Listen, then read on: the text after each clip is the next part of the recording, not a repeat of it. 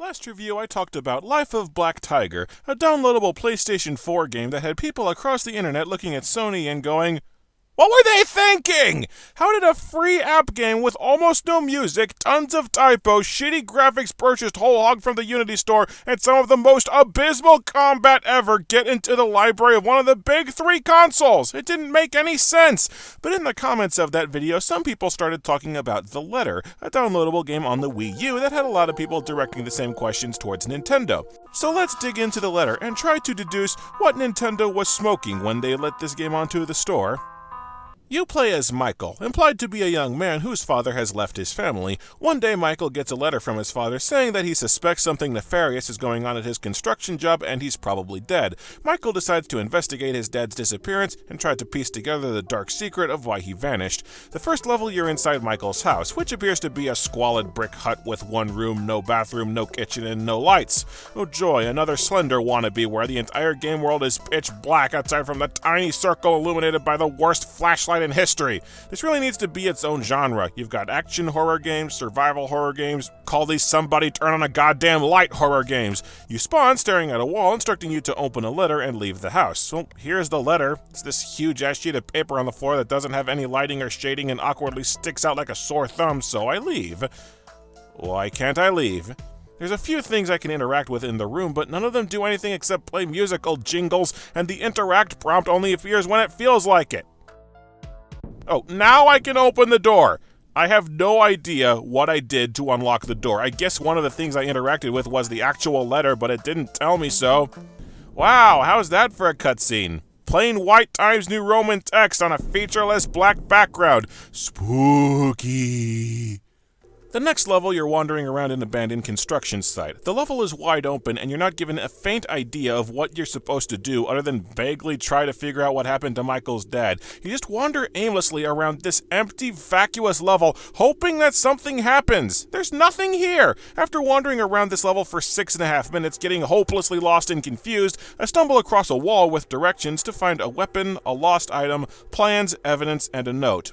Okay, what was wrong with spawning me in front of this wall, or making a pop-up window to explain what I'm doing? You actually do spawn close to this wall, but the draw distance is so abysmal that it's easy to miss it. This level is a humongous pain in the ass. The flashlight has a range of maybe 3 feet, and you can't see dick around you. The level is full of landmarks, but they're spread out all over the map with nothing but empty dirt between them. Mapping out the level is next to impossible, and even if you could map out the level, the draw distance is so pathetic you can't see anything. You'll have no idea if you're close to an item or piece of terrain until you trip over it. You will never have a single idea of where you are, where you're going, where you have or haven't been, what's nearby, or even what general direction you should go to keep looking. This entire level is just walking around a pitch black area, hoping by sheer luck you trip over an item and progress by sheer accident. It's a freaking mess.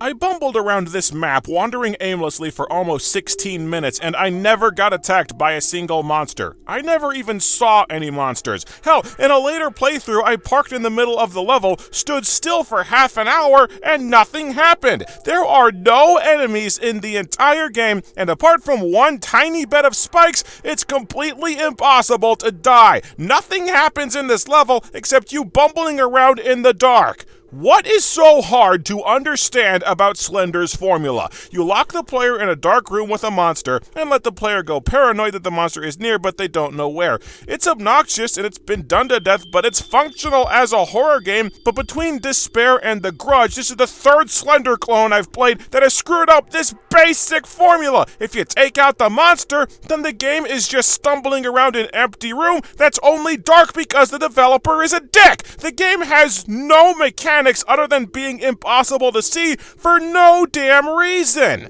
To try and trick you into thinking there's a monster, you'll hear somebody moan, "Help me," every now and then, but eventually you realize the sounds are coming from these teddy bears peppered throughout the level, and they don't do anything. Spooky. Michael finds plans implying that some vague, unexplained illegal activity was happening at the construction site and somebody killed all the workers. He finds a syringe and decides to take it to a nearby medical center to try and learn something about it. For some reason, he again decides to go to the medical center in the middle of the night when it's dark as a black hole's anus outside. You wander around this town, and when I say town, I mean this level has one mansion, one gas station, one medical center, and one house for sale, looking for an ID and a key. Luckily, the level is tiny and they're easy to find, and the game actually gives you the directions. The next level, you're in the medical center looking for clues. There's nothing to interact with, and I eventually realize that there's no way out of this room. After a while, the level just automatically ends. Michael realizes that the medical center has been cleared out, like some kind of a cover-up. Then Michael wakes up on a tropical island, he remembers that he's on vacation with his parents, and the entire game has all been a dream, and the game ends.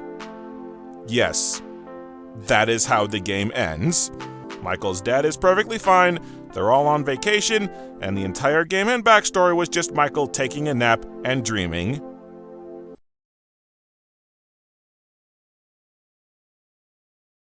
What a crock of shit!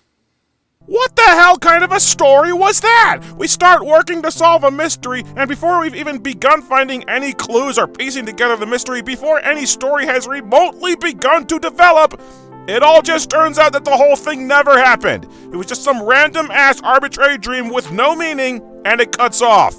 What the hell happened? It's like the developer started writing a script, got stuck after a single paragraph, and then he made an entire game out of that one paragraph before writer's block set in.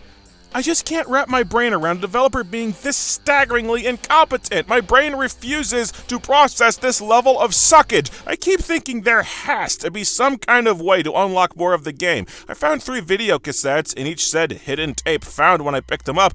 Hidden tape collected. But I haven't found anywhere to view the tapes or where it even keeps track of the ones I found. I pick one up and it vanishes, never to be seen again. They don't do anything. I keep thinking that if I go back and find all the tapes, the actual game will unlock, but the construction site is such a royal pain in the ass to explore, I'm never going to go back looking for the blasted tapes, and I know in my gut nothing will happen anyway. The tapes do nothing, and the whole thing is just a waste of time. There's not much else to talk about. The game is just wandering around empty, dark rooms, and the story is one giant middle finger slowly extending towards the player. It's nice that the flashlight never runs out of battery. The game has pretty decent music. The controls for moving and looking around are very smooth, and the game runs at a consistently smooth frame rate.